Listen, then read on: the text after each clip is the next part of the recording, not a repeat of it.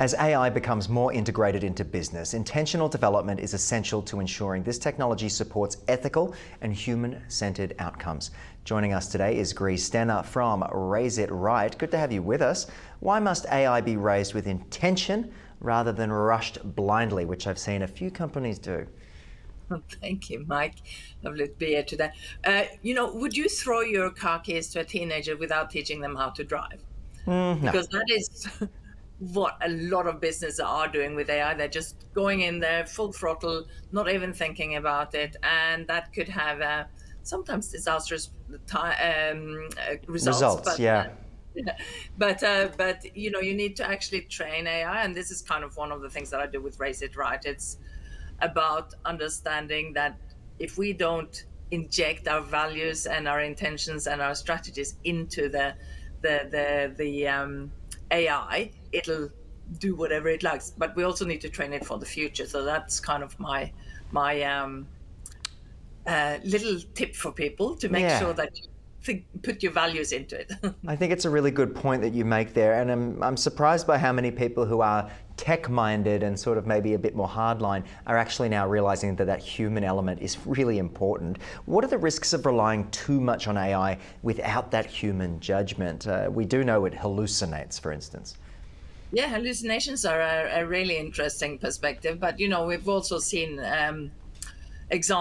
tragic examples of people who've listened to AI and Yes. with outcomes, and that breaks my heart. But hallucinations are very, very interesting. I mean, there's an excellent example from Norway, where I'm from, although I live in Australia, where they did this massive review of the education system, wrote the report, 32 wonderful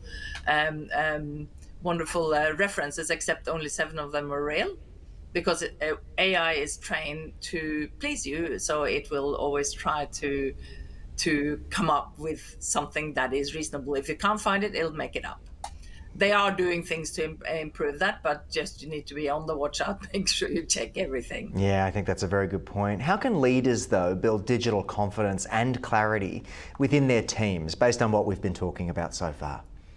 I think the important thing with teams in any type of digital transformation, and that's kind of my background, living in the software world, if you like, is that we take people on a journey and we encourage them to be involved in the process, be involved in defining what it is that we're trying to solve. So we need to start with the problems. It's not different to other types of technology. It's just understanding, teaching your team, taking your team on that journey, and basically encouraging to ask real questions of AI as the expert, but it's not really the expert, right? So it's about questioning it.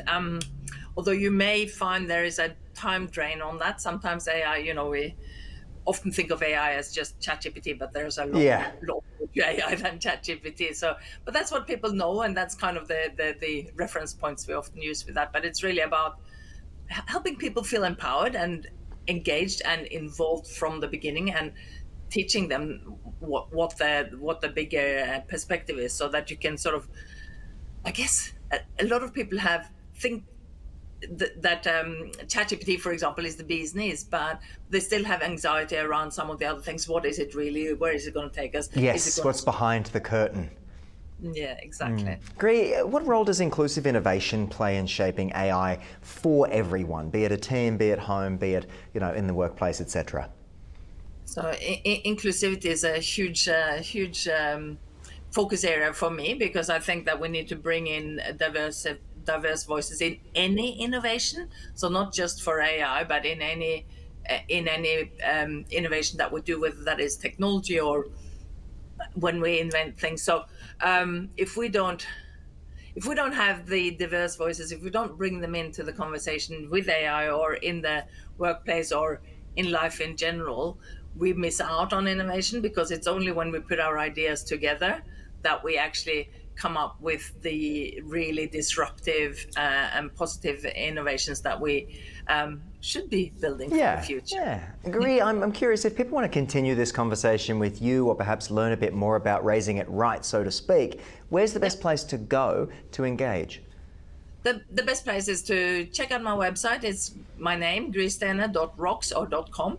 I like the .rocks because that's kind of a little bit more fun. And I do keynotes and workshops and, just have conversations about this because I find it really, really interesting. And I do work with organizations to help, you know, turn AI into their best, most valuable growth asset, if you like. So, Well yeah, said. that's my.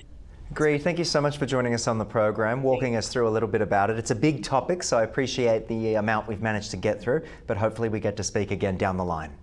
Wonderful. Thank you so much for having me.